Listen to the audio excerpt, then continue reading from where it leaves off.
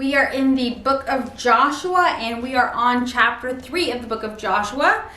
And I'm just going to jump into the Bible. Crossing the Jordan. Early the next morning, Joshua and all the Israelites left Acacia Grove and arrived at the banks of the Jordan River, where they camped before crossing. 3 days later, the Israelite officers went through the camp, giving these instructions to the people. When you see the Levitical priests carrying the Ark of the Covenant of the Lord your God, move out from your positions and follow them. Since you have never traveled this way before, they will guide you. Stay about a half mile behind them, keeping a clear distance between you and the ark. Make sure you don't come any closer. Then Joshua told the people, "Purify yourselves, for tomorrow the Lord will do great wonders among you." In the morning, Joshua said to the priests, "Lift up the Ark of the Covenant and lead the people across the river." And so they started out and went ahead of the people. The Lord told Joshua, "Today I will begin to make you a great leader in the eyes of all the Israelites. They will know that I am with you, just as I was with Moses. Give this command to the priests who carry the Ark of the Covenant. When you reach the banks of the Jordan River, take a few steps into the river and stop there." So Joshua told the Israelites, "Come and listen to what the Lord your God says. Today you will know that the living God is among you. He will surely drive out the Canaanites, Hittites, Hivites, Perizzites, Girgashites, Amorites, and Jebusites ahead of you. Look, the Ark of the Covenant, which belongs to the Lord of the whole earth, will lead you across the Jordan River. Now choose 12 men from the tribes of Israel, one from each tribe. The priests will carry the Ark of the Lord of all the earth. As soon as their feet touch the water, the flow of water will be cut off upstream, and the river will stand up like a wall." So the people left their camp to cross the Jordan, and the priests who were carrying the Ark of the Covenant went ahead of them. It was the harvest season, and the Jordan was overflowing its banks. But as soon as the feet of the priests who were carrying the Ark touched the water at the river's edge, the water above that point began backing up a great distance away at a town called Adam, which is near Zarethan, and the water below that point flowed on to the Dead Sea until the riverbed was dry. Then all the people crossed over near the town of Jericho. Meanwhile, the priests who were carrying the Ark of the Lord's Covenant stood on dry ground in the middle of the riverbed as the people passed by. They waited there until the whole nation of Israel had crossed the Jordan on dry ground. Chapter 4. Memorials to the Jordan crossing. When all the people had crossed the Jordan, the Lord said to Joshua, "Now choose 12 men, one from each tribe. Tell them, take 12 stones from the very place where the priests are standing in the middle of the Jordan. Carry them out and pile them up at the place where you will camp tonight." So Joshua called together the 12 men he had chosen, one from each of the tribes of Israel. He told them, "Go into the middle of the Jordan in front of the Ark of the Lord your God. Each of you must pick up one stone and carry it out on your shoulder. 12 stones in all, one for each of the 12 tribes of Israel. We will use these stones to build a memorial. In the future, your children will ask you, 'What do these stones mean?' Then you can tell them, 'They remind us that the Jordan River stopped flowing when the Ark of the Lord's Covenant went across.' These stones will stand as a memorial among the people of Israel forever." So the men did as Joshua had commanded them. They took 12 stones from the middle of the Jordan River, one for each tribe, just as the Lord had told Joshua. They carried them to the place where they camped for the night and constructed the memorial there.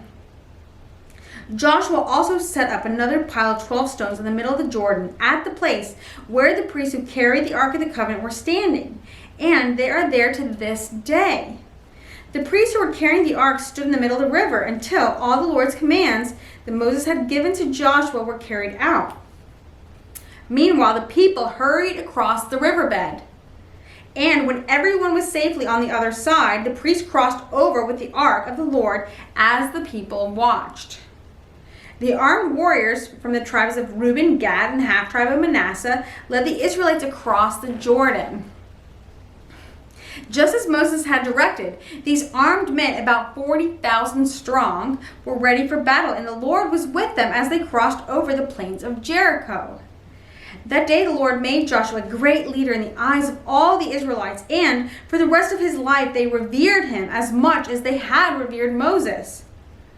The Lord had said to Joshua, "Command the priests carrying the Ark of the Covenant, come up out of the riverbed." So Joshua gave the command. As soon as the priests carrying the Ark of the Lord's Covenant came up out of the riverbed, and their feet were on high ground, the water of the Jordan returned and overflowed its banks as before. Wow. The people crossed the Jordan on the 10th day of the first month. Then they camped at Gilgal, just east of Jericho. It was there at Gilgal that Joshua piled up the 12 stones taken from the Jordan River. Then Joshua said to the Israelites, "In the future your children will ask, 'What do these stones mean?' Then you can tell them, 'This is where the Israelites crossed the Jordan on dry ground.' For the Lord your God dried up the river right before your eyes, and he kept it dry until you were all across, just as he did at the Red Sea, when he dried it up until we had all crossed over. We did this so all the nations of the earth might know that the Lord's hand is powerful, and so you might fear the Lord your God forever." So chapter 5 will be next. We have time. Let's go ahead and read chapter 5. Chapter 5, Joshua. When all the Amorite kings west of the Jordan and all the Canaanite kings who lived among the Mediterranean coast heard how the Lord had dried up the Jordan River so the people of Israel could cross, they lost heart and were paralyzed with fear because of them. At that time the Lord told Joshua, "Make flint knives and circumcise the second generation of Israelites." So Joshua made flint knives and circumcised the entire male population of Israel at Gibeath Haraloth. Joshua had to circumcise them because all the men who were old enough to fight in battle when they left Egypt had died in the wilderness. Those who left Egypt had all been circumcised, but none of those born after the Exodus during the years in the wilderness had been circumcised. The Israelites had traveled in the wilderness for 40 years until all the men who were old enough to fight in battle when they left Egypt had died. For they had disobeyed the Lord, and the Lord vowed he would not let them enter the land he had sworn to give us, a land flowing with milk and honey. So Joshua circumcised their sons, those who had grown up to take their father's places, for they had not been circumcised on the way to the promised land. All the males had been circumcised. They rested in the camp until they were healed. Then the Lord said to Joshua, "Today I have rolled away the shame of your slavery in Egypt, so that place has been called Gilgal to this day." While the Israelites were camped at Gilgal on the plains of Jericho, they celebrated Passover on the evening of the 14th day of the first month.